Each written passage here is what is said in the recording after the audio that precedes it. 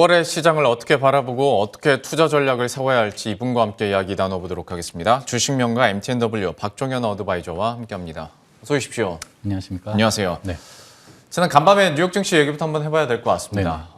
우리가 쉬는 동안 뉴욕 증시 4일 올랐고 우리가 그 상승분을 어제 딱 하루 네네. 만약에 오늘 떨어진다면 딱 하루 받아가는 거고 간밤에 이제 낙폭이 빅테크주 중심으로 좀 컸거든요. 네네. 미국 증시도 어떻게 보셨는지 그게 궁금하지만 네네. 그게 이제 우리 증시에 어떻게 영향을 미칠까에 대해서 어떻게 평가하십니까? 네.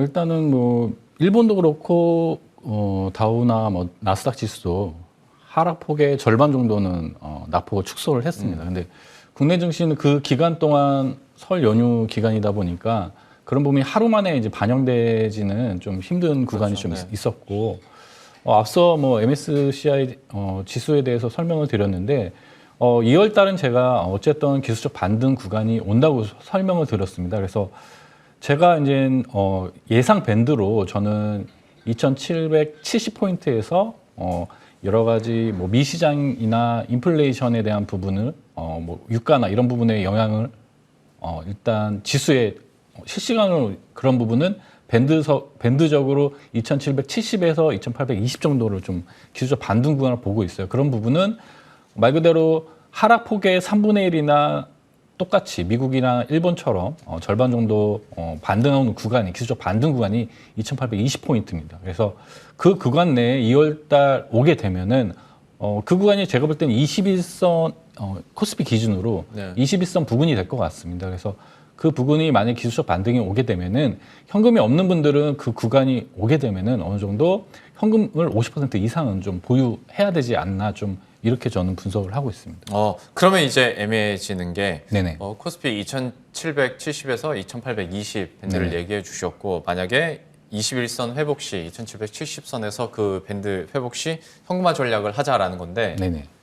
지금에서 그러면 2,770까지 그렇게 많이 남은 것도 아닌데 내가 지금 굳이 위험 리스크를 감수하면서 네네. 매수를 하는 게 낫는 것인가? 네네. 아니면 나는 조금 현금화를 더 빠른 타이밍에 조금 더 가져가는 게 나은 것인가? 어떤 포트폴리오 전략 측면에서 어떻게 판단하세요? 저는 이런 부분을 이제 테마주하고 섹터주로 계속 분류를 해서 계속 돌파매매도 거의 한 70% 이상은 섹터주로 좀 진행을 했습니다. 근데 네.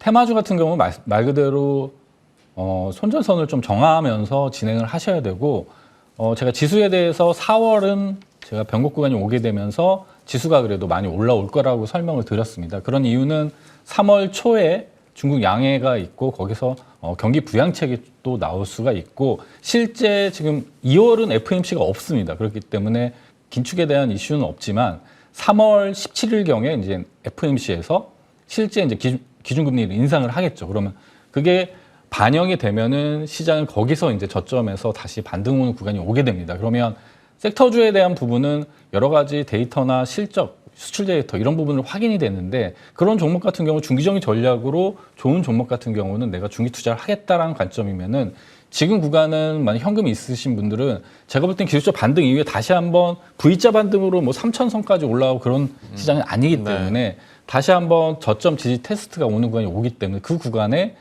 저점 매수를 하는 구간으로 좀 삼는 전략으로 테마주와 섹터주를 분리해서 좀 대응을 해야 된다 이렇게 보고 있고 지금 제가 1월 초에 제가 버핏 지수하고 실러 지수에 대해서 좀 설명을 했는데 보시게 되면은 이 차트는 버핏 지수가 지금 인터넷 버블 시기와 동일한 지점에서 거의 지금 미 시장도 지금 조정이 나왔거든요. 그러면 지금 시장 자체는 고점 대비 마이너스 20% 국내 시장이나 미 시장에 동일하게 조정이 왔습니다. 그러면 제가 마이너스 15%에서 이런 QT하고 금리 인상이 두 가지가 실행됐을 때 마이너스 15%에서 마이너스 25%까지 조정이 오곤 게 2017년도 패턴이었거든요. 그렇게 되면은 국내 지수로 보게 되면은 2,550까지는 마이너스 25%다. 그러면 거기까지는 일단 열어놔야 되는 구간이기 때문에 거기까지 온다가 아니라 거기는 감안하고 우리가 투자를 해야 되는 구간이라 보고 있어요. 왜냐하면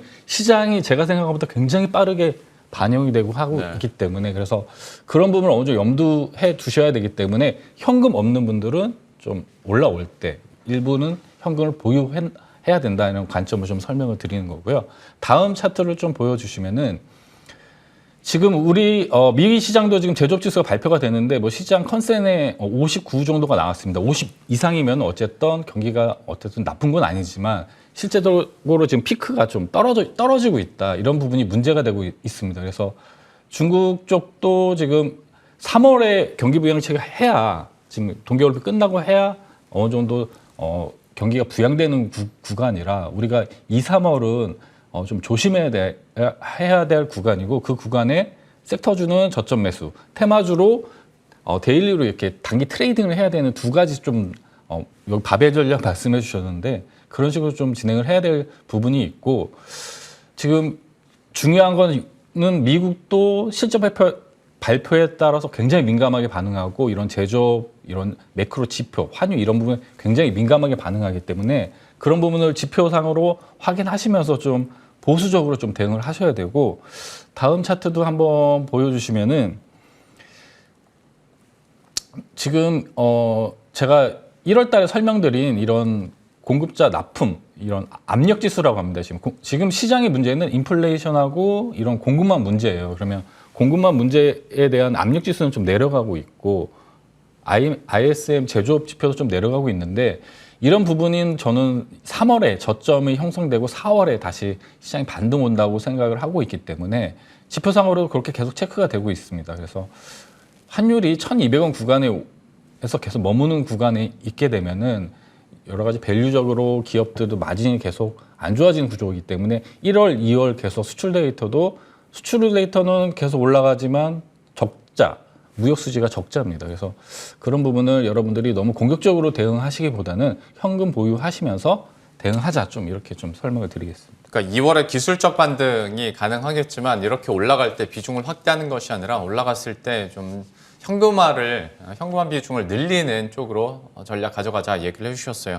사실 현금화라는 게 참 말은 쉬운데 그 정도 어느 정도 선에서 내가 감내를 하고 현금화 시키는 건 쉽지 않습니다. 다만 2월, 3월은 좀 조심하자라는 의미에서 전략 짜주신 거니까 좀 감안하시길 바라겠고요. AS 해보도록 하죠. 인탑스입니다. 그야말로 시장을 돌파했죠. 1월 증시까지 버텨냈고 수익률이 38% 최고가 기준으로 올라온 상황입니다. 이거 지금 현재 상황에서는 어떻게 보세요? 인탑스 같은 경우 말씀드렸듯이 캐시카우로 지금 현재 진단키트가 굉장히 지금 단기 주도주로 지금 올라가고 있는데 SD 바이오 센서 관련된 제조하는 기업이고 두 가지 성장 모멘텀으로 IT 부품 쪽, 전장 부품 쪽 이런 쪽으로 사업을 다각화하고 있다 이렇게 설명드렸습니다. 그래서 동사 같은 경우는 실적 발표가 아마 2월 달 말에 있을 겁니다. 그러면 단기적으로 이런 종목 같은 경우는 지금 시장의 변동성이 많기 때문에 이전은 5일선 종가 대응을 했는데 동사 같은 경우 3일선을 좀 설정하셔가지고 3일선 종가 이탈하는지 꼭 확인해 주시고 3일선 이탈하면 절반 정도 매도하고 대응을 하자 이렇게 좀 AS 드리도록 하겠습니다. 일단 손절 라인 3일선 얘기를 해주셨으니까 보유하신 분들은 꼭 참고하시길 바라겠고요.